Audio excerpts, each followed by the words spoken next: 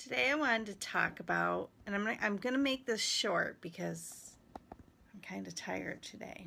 I went down to visit my daughter today at university, where she goes to university, to have lunch with her, and I'm kind of tired from driving.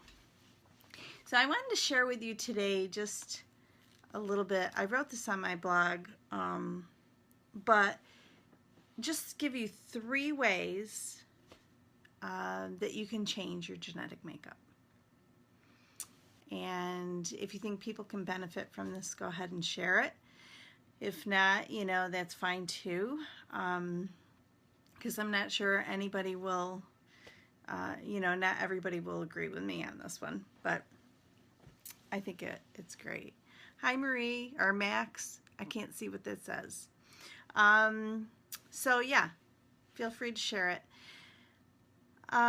So the first way is, of course, what I talk about all the time is nutrition, and it's by eating the foods that are good for you, putting the healthy foods into your body, and staying away from the unhealthy foods. And when I say that, I mean no processed foods and eating whole foods, organic, pesticide-free foods.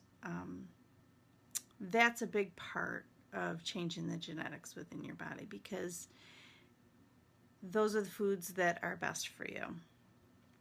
And when I mean that, I mean a lot of people don't realize that fast food's not good for you, boxed food's not good for you, things that are chemically altered aren't good for you, or things that have pesticides on them. When I mean whole organic foods, I mean the foods that are grown with the sun shining on them, no pesticides. That's what I mean. Okay, I mean your fresh fruits, your fresh vegetables.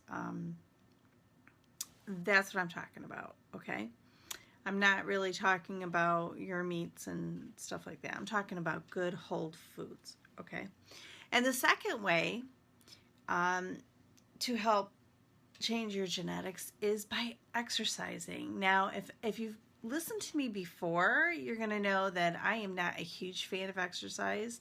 I could make up a zillion and one excuses why not to exercise, because I've done that. I've made up so many excuses.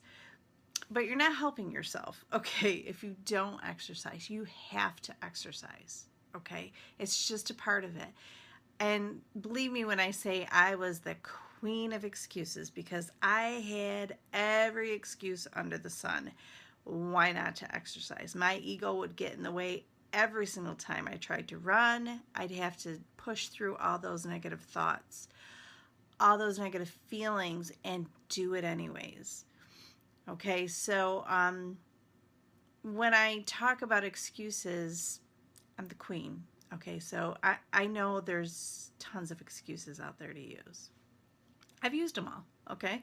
But you're not going to get to where you need, and you're not going to change your genetic makeup, and you're not going to get healthy if you don't do it. And I don't mean you have to bust your butt, and I don't mean you have to be out there an hour or whatever. I just want you to give me 5 minutes, just 5 minutes. And as you start to feel healthier and you start to feel better, you're able to do more, okay? And give it more. And there are days that when I get up, I don't want to exercise. Yesterday was one of them. I did not want to exercise yesterday, but the weather was beautiful here, and I've been running on a treadmill all winter. So I thought, oh, it was 70 degrees. I'm getting outside and I'm going to run on the road. I did. I ran 3 miles. I struggled with it. I really did struggle, but I did it, and I got it done, and I felt better when I'm done, but boy, was I sore the whole night. But, I did it, okay? So the person with excuses was able to get through it. So, and the third way is by holding on to anger and resentment. And you internalize these feelings in your body. And when you hold on to anger and resentment, it creates negativity within your body and within your organs, and it's a breeding ground for illness or disease. Okay? And when I'm talking about diseases, I mean like cancer. Okay? I mean that stuff, that anger and resentment that you have within, and you hold on to that, can create an atmosphere for cancer to grow. So those are the three things, and I'll recap them again for you. Number one is eating healthy foods, healthy, organic, whole foods.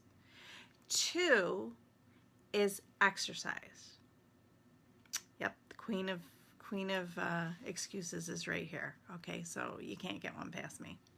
And the third one is by holding on to anger and resentment. So you don't want to do that. Okay, if you've got a way to outlet and a way to vent, meditation, writing, have a gratitude journal. You know, write things that you're grateful for instead of the things that you're angry at or resentful for. Those are the 3 tips that I can give you to help change your genetic makeup, to rid yourself of illness and disease, to live a happier life, a more fulfilled life. So if you think that's something that's going to help anybody, please share this out. Again, I guess I didn't tell you, I'm Elizabeth Sampson. I'm a registered nurse, a medical intuitive, Reiki master teacher, wellness coach. And I really hope that you can benefit from this little advice, the 3 tips to changing your genetic makeup. So thanks for stopping by. Thanks for joining me, guys. It's getting late here, so I need my sleep, and that should be the 4th one, sleep. So have a great night, and thanks for stopping by.